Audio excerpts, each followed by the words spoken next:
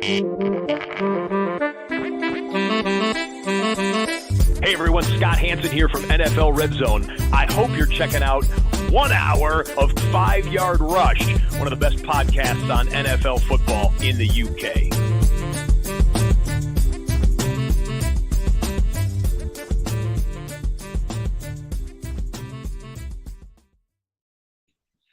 Good evening, Rush Nation. It's Murf here. It is Tuesday. This is a little bit out of sync. Apologies for that. As I'm sure you heard, if you listened to the flagship show yesterday, I had some family in town. They took us out for dinner and to say thanks. So we were doing a family dinner, and that just meant I couldn't do the show and then spending time with my family. And they're flown all the way from America and they're important to me. So it was good to see them, and we saw them off this morning. So amazing chance to connect with them. I mean, what a week one we had. Dan and Antonio did an amazing job on the flagship show yesterday. So you guys are already up to speed. So it's time to just go through these waiver wire picks for week 2. And we've seen some injuries and some changes of events already, which means that this waiver wire will be very, very, very active. And I'm going to try and do my best to get you guys that are really, really going to help in a lot of different ways. So let's start off with the quarterback position. The first person I would be recommending to get this week is Jameis Winston. Jameis Winston this week is available in 63% of leagues. So he's only 36% owned. So again, slightly over that 30%. But if you do have him free in a league, he is someone I would be getting into right now, because he's going to have a lot of appeal, good matchups. We've seen what's happened with Michael Thomas and Chris Olave and Jarvis Landry. They have a much, much, much better lineup this season, and they made it count. It took them a while to get going, and I think at times it's going to be a bit of a struggle. But you know, if you lost Dak Prescott this week, he would be the guy I'd have. He is over that 30% owned sort of level that I would normally keep to, but I think if I'm looking at the best of the rest, if I've got an injury to Dak Prescott, that is the quarterback I would definitely be targeting everywhere I can. If, for example, he is gone, the next level down for me will be Carson Wentz. And you know, Carson Wentz had a phenomenal game, 27 passes completed, 313 yards, 4 touchdowns. He looked pretty good. He did have those 2 interceptions. It did make it a little bit difficult. But again, we're talking about situations that are arguably better, either for the play or for the team, than they were a year ago. And what we've seen there in Washington is that he has a much better cast than he did in Indianapolis last year. Yes, okay, he had Michael Pittman, but you know, he really struggled with anybody else there that wasn't named Jonathan Taylor or Michael Pittman. So, you know, with Curtis Samuel there getting a lot of targets, if he can remain healthy, you know, you've got Jahan Dodson once he gets going. You know, Logan Thomas is still ready to come back and get firing in this, and they've got options out of the backfield as well. So Carson Wentz is available in a huge number of leagues. He is only 16.8% owned, so he is available in over 80% of leagues. They would be the 2 I'd be targeting. And, you know, on top of that, their matchups this week are so key. Winston has Tampa Bay. They're going to be throwing the ball a lot this week, probably with that game script. Carson Wentz has Detroit, and we've seen that Detroit in those slouches, they put up 35 points against that good Philly defense. So they are definitely the 2 I'd go for. If you're looking for an alternative option, Jared Goff, I mean, he didn't have a terrible game either. Jared Goff is only 6.3% owned, and again, they're at Washington. That's going to help out them as well. I think that game will have more points on it than perhaps people would expect. So there's another running quarterback for you. And if you're in one of those you know, super flex leagues and every quarterback's gone, Cooper Rush is obviously the guy you go to. He is 0.0% owned. Absolutely nobody has Cooper Rush anywhere unless you know, you're in one of those ridiculous, crazy super deep leagues. So I expect some fab to be spent on Cooper Rush this week. Obviously, if you're desperate, it looks like Dak's going to miss probably about 2 to 3 weeks. So there are your options there at quarterback. Let's move on to the running backs. And let's again try and keep this to under 30% owned where possible. Although, again, I'll probably start with someone like Darrell Henderson, who obviously got a lot of work over Cam Akers. I expect him maybe to swing back towards Cam Akers' way a little bit. He is 46% owned, Darrell Henderson. He does have Atlanta. That game script will really help, but maybe see some of that workload come back down this week. But if he is available in the roster, that's someone you should probably be targeting in leagues as much as possible. But drifting under that 30% owned threshold, the first player we've got to look at is Jeff Wilson. Now, Jeff Wilson Jr., he is only 3.5% owned. Now, Elijah Mitchell is out, and he's going to be out for at least 2 months. If we look at Wilson, his playing time is going to absolutely increase. And more importantly, he's going to see a lot more third downs. Just looking at some of the data, he played on 8 of 13 downs. 8 of 18 third downs in week 1. So he's going to get a lot more work. Played a lot of the snaps in the second half, well over 75% of the snaps in the second half. So again, we're talking about opportunity here, and Jeff Wilson's going to get a lot of it. It's going to be very few times he's going to be off the field. He should be the starter. The only issue with Jeff Wilson is going to be injuries, and whether or not someone like Lance and Deebo Samuel are going to take away some of those carries. So that might be the only thing. But you know what? At this situation, Wilson has to be owned, and at least for 2 months, he's going to be the starter in the San Francisco 49ers. I'm not saying he should be someone you're spending all your fab on, but if you're in a situation where you've lost, or let's say you had Mitchell, or you had, or you're worried about ETN, or you're worried about Akers, and a few of these other backs, Damian Pierce and Najee Harris, for example, you've got to be spending a reasonable amount of fab. I think Jeff Wilson's going to go in most leagues, probably close to 50% of fab. I think some leagues people are going to put it all in because that is a strategy that people devise. Now, I certainly wouldn't be putting all in on Jeff Wilson. Again, he's had injuries. He has a significant injury history with Lance, with Deebo Samuel. He's not going to have that league-winning upside. But if you need an RB2, he is probably the best bet you're going to get from the waiver wires this week for at least the next 7 or 8 weeks. So, if you need to put half your fab in to stay alive, then that's going to have to be your option. I think if I was somebody who was looking maybe to have him as an optimistic piece in terms of you've already got starting running backs, but you might be a little short of depth, probably put a 30 or fab in for him. Or you can wait and see if a better option comes up. They would be my 2 options for you. But if you're desperate, you're going to need to put at least half your fab in, unfortunately, to try and get him. Some other options this week on the waiver wire that you've got to be targeting here. The other sort of big name I would say that you've got to be looking at is Jaylen Warren. Jaylen Warren is available in 98% of leagues now. We obviously have this injury to Najee Harris. We don't know how bad it is, but he was dealing with a Liz Frank injury, and now he has got an injury that looked worse, or it looks worse than it was, but there is a risk of re-injury. Warren took all the snaps when Harris went off. So Harris is clearly the number 2 here. And that means he's going to remain that way. Now, small sample size, okay, he only had a few carries. But again, there's upsides and downsides. The schedule is really bad for Warren in the short term. So your only reason you're going to go for Jaylen Warren is in those situations I kind of mentioned. And if Harris has this injury long term, so if it is a Liz Frank, if they're going to put him on cap, then Warren has upside. My personal advice would be, if you're desperate for a running back, you're going to have to get Warren. I think if not, let somebody else take him and take your fab, because Jaylen Warren is going to be one of these players that I think will frustrate fantasy owners more. But we're talking about desperate players that are available. Jaylen Warren is that guy, and there's unfortunately quite a few of these on the waiver wire this week. But I know people were going to ask me about him, and I wasn't going to put him in, but I thought I should mention it.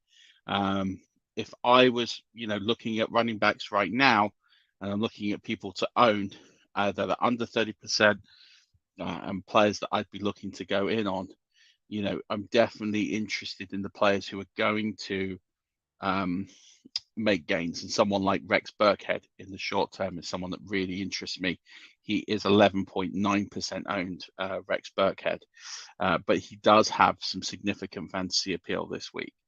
I say 11.9% owned, is that right? Yeah, sorry, 17.2% owned. I got the wrong number, so I thought that looked wrong. So, for example, especially when the Texans are in a hurry up, it looks like he plays a lot of the snaps. 2-minute drill, dominated. He got all the snaps in the 2-minute drill. 13. He got all the third down work as well. He massively outsnapped Dameon Pierce. It was a 50-20 split in terms of number of snaps. So almost 3/4 of the snaps Rex Burkhead was on. Now, again, we are talking about short-term options here. Rex Burkhead is out. I think Pierce is going to come through long-term.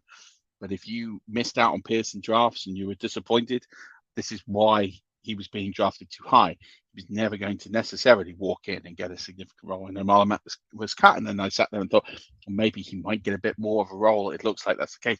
That's not the case. They were really happy with Rex Burkhead. They kept him on this roster from last year down the stretch. Rex Burkhead was a significant fantasy asset, and I think in the short term he is going to have some fantasy appeal here. I think especially in the beginning, but he could have fantasy appeal for the rest of the season. I think Rex Burkhead is worth 20% of your fab, maybe even 25% of your fab. I think he's a very, very good option. He's not going to be that elite option. That's the one thing you've got to worry about, but he is going to have fantasy appeal through the season. But especially where this is useful is, although the Texans are going to be behind most weeks, the fact he's getting all the third down work, he's getting all the 2-minute drill work, that's where it's important, because when they need to score quickly, that's the back that's going to get involved. Till things change and Pierce starts dominating that workload, Rex Burkhead will be the one I'd want to start in Houston. So he's worth a significant bet as well. One more situation I'd want to be picking up on, and that's Kenyon Drake over Mike Davis. Now, I would say right now that Mike Davis is droppable. I don't think he's going to get you where you need to get to. I think Mike Davis is pretty much out. I said this in the matchup show. I know Kenyon Drake didn't necessarily have the week that we all necessarily expected, but I think he is, if I had to own a guy under J.K. Dobbins, then it is Drake, and that's the guy I would continue to own there. So that's another situation. Moving on to the wide receivers here. Now, when we talk about the wide receivers, there's so many people effectively that are in play. And if you listen to last week's Waiver Wire show, there were some guys that really did help you out. And there is so many that we could talk about as we get to the numbers. I'm just putting up the next level here. I would say right now, I'd be looking at guys who are going to give you reasonable usage, safe floor. And really right now, the one that really stands out to me, 8.7% owned, is Curtis Samuel. Now, Curtis Samuel is someone who got a heck of a lot of targets. I mean, he got 10 passes thrown his way. Some stats are different. I've seen some that are 11, some at 10, but he caught 8 of those. And I know the yardage isn't that impressive, 55 yards, but he got 5 or 6 more. He got 5 or 6 more targets than anybody else on his team. And that's really important because he's clearly going to be the guy. He's built that relationship with Carson Wentz in the offseason.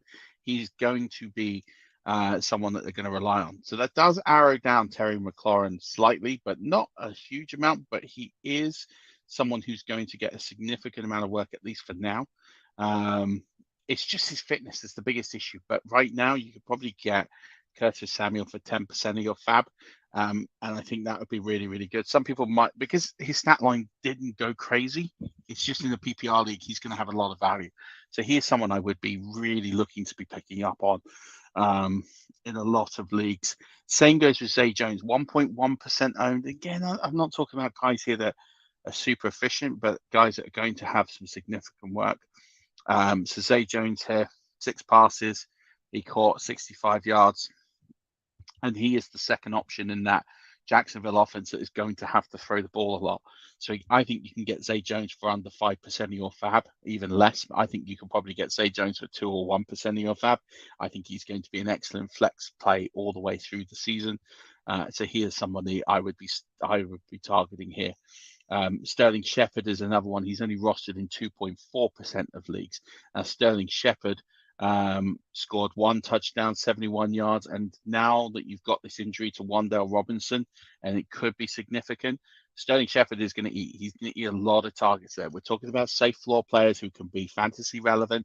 He is going to be one of those players. So Sterling Shepard, I think, is another one you can sneak under the radar, especially while people really aren't up to speed. I think you can get Sterling Shepard for 2% of your fab, and I think you're going to be very, very happy with what you get out of that. And then lastly, we've got this situation with Green Bay. They were obviously very, very poor against the Vikings, struggled to get anything going on offense. If we look at the snap counts, I'm really pleased to see Christian Watson up there, because he wasn't 100% fit, but he did lead. Well, he actually was 1 snap behind Sammy Watkins. So he had played on 40 snaps. He ran the most routes, 29. He had 4 targets, but and a carry as well, which was slightly unexpected. So again, other than Aaron Rodgers and Sammy Watkins, played the most snaps of anyone on this offense. He ran the most routes, had a significant amount of targets, although they were spread thin as Aaron Rodgers was struggling to get forward.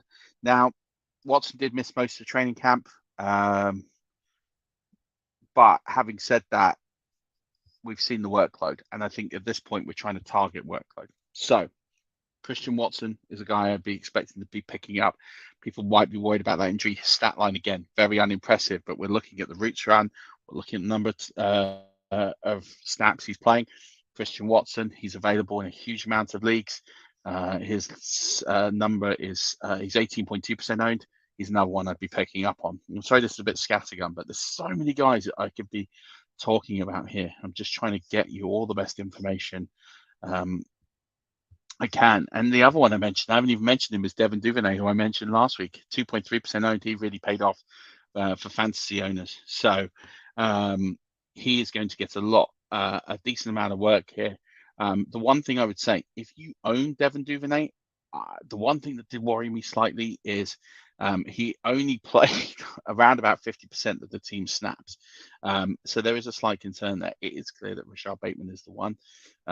Didn't run that many routes, didn't have tons of targets, but he is a red zone weapon. So that's just something to keep an eye on there.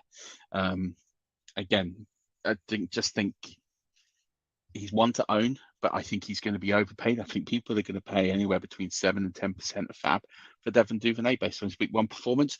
And I would be staying well clear. But do you know what? I'd be putting a bid or two in just for $1, $2 here. I do think he's going to have some appeal. I do think he's worth having on rosters. I'm slightly concerned by those snap numbers, but it is the Jets. We should keep an eye on that to see if it changes. And a game where they're probably going to be more offensively challenged by having to put up a lot of points against better opponents. So I would put bids on him, but I would expect people to overbid. So if you can get him for $1, $2, maybe even $3, that's fine. And if you get him, great. But if you don't worry about it too much. Tight ends, sorry, I just wanted to get that one out there. So Robert Tonyan, obviously, he came back. He's 19.4% owned. He obviously caught 3 passes for 36, no huge stat line, but he will get more playing time, especially as he's coming back. He's coming back off that ACL. We saw in big situations, well, whenever there was a sort of big situation, he was getting the ball. He was getting targets. So Robert Tonyan for me is someone to be picking up. Gerald Everett as well is a huge one here, 13.1% owned, 2 touchdowns. He was in here last week. He had an excellent week. 1 touchdown score, 3 for 54 he was. Here's a funny stat for you that he was one of only 2 tight ends with over 54 or with over 50 yards this week, and Travis Kelce was the other one. So that tells you everything. I don't think it's always going to be as rosy for Gerald Everett, but the fact that Donald Parham is still out, that's going to make it easy. I know Trey McKitty saw some playing time, but I do think it's going to get better for Everett, and I think he's worth owning, especially if he's going to keep landing those red zone scores. So they were the guys I'd be picking up on this week at tight end. We get to kickers here. I'm just going to change my ownership view.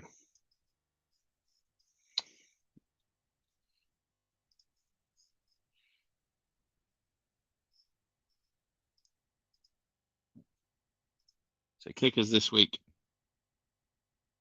there's a couple out there I'd definitely be owning that are under 30%. And Ryan Suckup obviously had a phenomenal game, although he did miss a field goal. I think they're going to get plenty of opportunities against New Orleans. So he's 25.7% owned. He'd be one I'd be targeting this week. The other is Dustin Hopkins of the Chargers. They play KC, so again, I think they're going to need to consistently score points. They'd be the two I would be targeting this week off waivers. And then when it comes to the DSTs this week, again, I think there's some really, really good matchups for those that are under 30% owned. Right now, I would say that the Broncos against Houston is an attractive one. I think Houston will turn the ball over.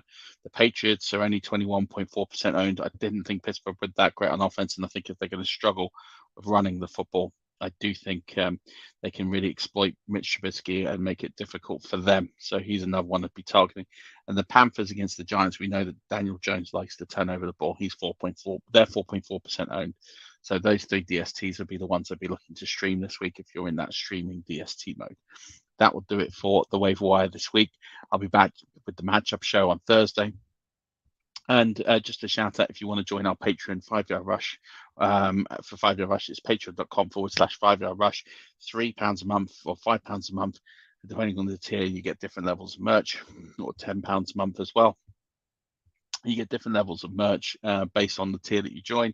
You get access to our WhatsApp group, get access to me most of the week as well. But I also do Patreon casts, and I'm going to share all my views of what I thought of week one, usage situations and everything like that. So I'm going to go through all of that. So you can subscribe. You can see my one from last week. But every week I'm going to share my thoughts of what's going on, and players will be picking up in a bit more detail. So look out for that one to come later on in the week. But until then, Rush Nation, as always, don't forget, keep rushing.